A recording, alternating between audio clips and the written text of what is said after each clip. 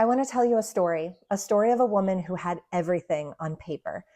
I used to work for a Fortune 50 giant in New York City, the kind of job people respect, the kind of paycheck that keeps you comfortable, the kind of title that makes you feel important. But my soul, it was dying. Like every morning, I'd wake up with this weight in my chest, not from stress per se, but from this gnawing sense that I was made for more, that God didn't put me here on this earth just to clock in and sit in meetings and collect a paycheck, make money for a big corporation, and repeat the cycle until retirement. But I stayed for years because that's what responsible adults do, right? They don't just up and leave a good job because their soul is whispering, or in my case, screaming, this isn't it. Until one day God stepped in. He's so good. I got laid off in the financial crisis of 2009, and I went on a long journey, literally around the world, trying to figure things out. And I started consuming books, podcasts, YouTube videos, courses, every how to start an online business guide I could find. I was convinced that if I just learned enough, I'd finally feel ready. I'd finally feel qualified. But the problem with consuming is that it's a bottomless pit. No matter how much I learned, I always felt like I needed to know more. And maybe you're in that place right now. Like, God has called you to more. Maybe it's a business, a ministry, a message, a movement. But instead of stepping into it, you're stuck in the loop of consuming and never creating. Why? Because deep down, you don't feel ready. You're afraid people are going to judge you. You're afraid it won't work. You're afraid you'll spend all this time working on it for nothing. You're afraid you're not perfect yet. You're afraid you'll lose everything in the process. So you keep scrolling and consuming. Proverbs 14 says, all hard work brings a profit, but mere talk leads only to poverty. And Proverbs 31 says, she washes over the affairs of her household and does not eat the bread of idleness. God warns us against idleness and laziness. And think about it. When you keep consuming, you become lazy, indecisive, unmotivated, and you become depleted. It's like when you eat too much, you become tired. It's the same with consumption. Too much dopamine exhausts you. It depletes you. If you drink too much, your brain and motor skills become impaired. Consuming will eat you alive. It can even take away your will to live. Talk about a strategy of the enemy. In fact, when you think about it, this is one of the devil's great strategies to ruin your life. We can all agree that consumption of alcohol, drugs, and lust has stolen countless destinies and ruined countless marriages. But this can even happen to those of us with the best of intentions. We can fool ourselves into thinking that we're on the right track because we're consuming content to learn how to advance. However, in 2 Corinthians 11:14, Apostle Paul says, and no wonder, for Satan himself masquerades as an angel of light. Many things that seem holy and good are not, and we must be aware. So if you're waiting until you feel perfectly equipped, perfectly knowledgeable, and perfectly ready, you will never start. Yeah, what you create right now may not be as high quality as other people who are producing, but it doesn't matter. And here's the truth I really want you to get. True fulfillment doesn't come from consuming. It comes from creating.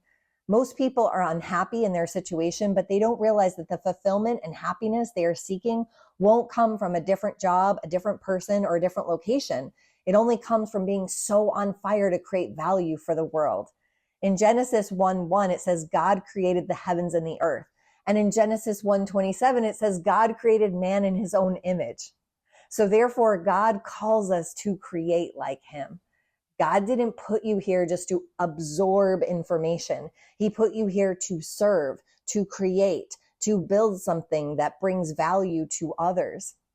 And if you don't have money to give, so what? You have a voice, and your voice is free. You can literally change someone's life with a single post, a single video, a single word of encouragement. You can create a system, a program, a community that brings transformation to someone else's life.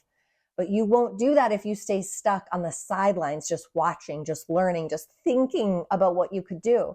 Let me warn you, what you're probably already afraid of is when you put yourself out there, people will start to critique you, good and bad. People will also tell you that you've greatly touched their lives. See, it all is good. It makes you better. It makes you skilled. Because becoming skilled doesn't happen in the study. Becoming skilled happens in the doing. Inevitably, you'll also start to receive rewards in the form of money, because financial gain is the direct reflection of value output. However, money can't be your sole driver, because then you're caught in the dopamine hit again. Giving to get doesn't satisfy. It doesn't satiate. It doesn't fulfill you deeply. Scrolling social media gives you a dopamine hit. When you see something, you might laugh, you might learn something, you might feel something. It creates an addiction, in fact. You want to keep feeling that, so you keep searching. But that dopamine hit will never satisfy you and truly fulfill you the way stepping into your purpose will. The shift from consumer to creator needs to happen. God has called you to something. Yeah, you're not perfect yet. Yeah, you don't know everything yet.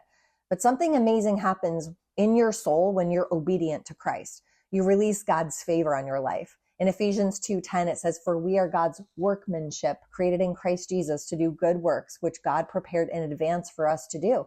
This verse emphasizes that we are purposely created by God with specific good works laid out for us, even before we realize them. We're here as servants of God. So I don't want you to miss God in the process. The goal is not money, success, fame, likes, comments, and accolades. It's obedience.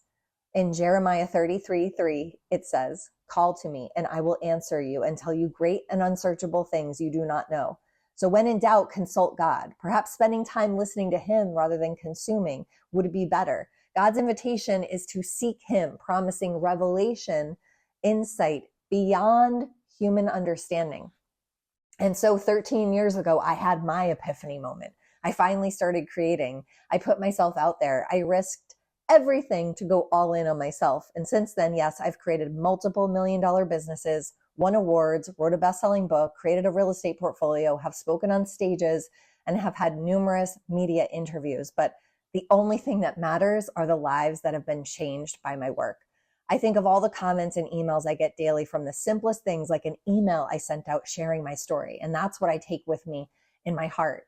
God equipped me with these skills, and I would be failing if I wasn't risking it all to share them. And so here's my invitation to you. Start creating. Trust him in the process. God didn't give you your gifts, your ideas, your calling just so you could sit on them. Your destiny is revealed actually only one step at a time. The path is not visible from day one. Just walk through the open door right in front of you. And remember, the situation you're in right now is not the problem. The job is not the cause of your unhappiness, the relationship, or the lack of financial resources. It's that you're sitting on your hands when you have so much to give.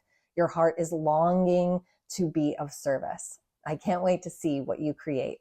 If you want scriptural motivation, please click on the link below to my free Kingdom Prayer Experience. It's 21 days of biblical prayer and motivation. You might like this video next, the 5 Bible verses that can make you a millionaire. I'll see you on the next one.